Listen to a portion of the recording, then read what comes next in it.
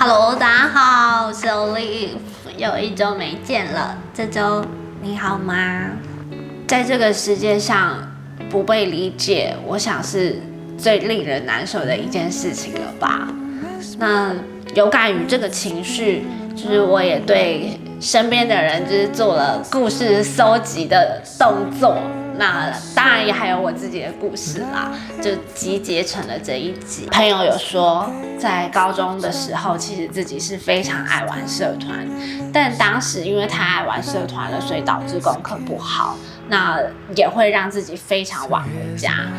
结果晚回家的时候，家人又不理解，就是你到底在干嘛？然后如果又很碰巧的，就是那一天刚好又跟社团同学吵架，哇，真的就是会让自己觉得算了算了，就是被车撞死算了，就是会有这种念头产生。那我也还有一个好闺蜜，她就说她也曾经就是陷入像这样子的情境里面，就是好像你解释也没有用了，就是大家就是误解你。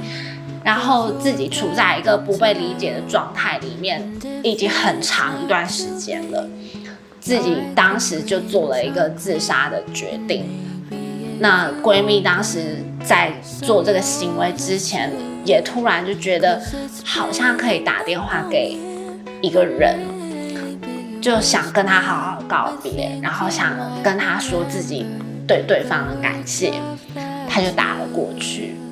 也非常凑巧，就是对方接起了这通电话，然后闺蜜就和对方说了自己的决定嘛，然后当然也是有故事的前因后果。对方听完故事之后，大概沉默了3到5秒钟，就回应他说：“我绝对不会阻止你想做的任何事，但是我想告诉你。”我会很想你啊！我又要哭了。这就是一种被在乎的感受，然后因为这句话，就是也瞬间救回了闺蜜她当时做的放弃要自杀这件事情。因为那个瞬间自己被理解，那个瞬间感受到。原来自己还是被爱的。而我自己的故事呢，就是大概是在去年的这个时候，我在医院里面，然后我姐姐平日她就是要上班嘛，所以也没有办法整日可以陪我在医院里。那当时就是我没有告诉我的家里人，我一个人待在医院，然后因为也发生了一些让我很绝望的事件，所以其实我待在病房间里面是陷入一个非常非常黑暗的绝望中。那个时候，我拿起了手机，我决定把我的状况告诉我这辈子最好的挚友们。当然，我发讯息有群组，也有个人，然后是5个。结果在那下一秒，我立刻收到的回讯是1秒钟而已哦。回讯是你在哪一家医院？我现在过去找你。我又要哭了。就是这个瞬间就会觉得哇，自己是真切的被爱着。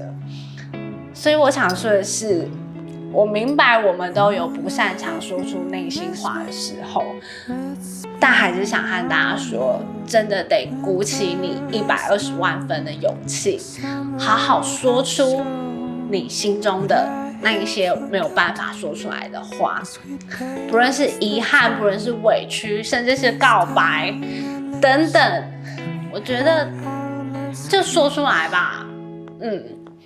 你一定会真正的感受到那一份真切的回应。对，所以不要觉得你是孤单的，因为我们都一样，曾经都处在那样子的黑暗绝望里面。那今天的影片就先这样啦，我们下周见，希望你都顺利，拜拜。这几天最火热的娱乐新闻，应该就是玄彬跟孙艺珍的婚礼了吧？大家有没有 follow 他们的情定作品《爱的迫降》也是我自己非常喜欢的韩剧。今天就是想跟大家分享的是李世理在里面有提到的一句话，我觉得这句话真的太重要了，所以就也想趁这个时候来分享给大家。他说，人生中有3种人绝对不能忘记：当你为难对你伸出援手的人，丢下你独自面对困境的人，让你身陷危险的人。是不是很赞？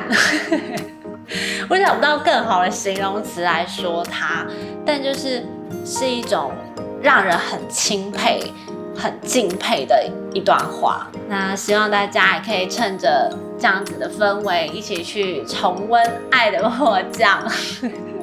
希望我们都会是伸出援手的人。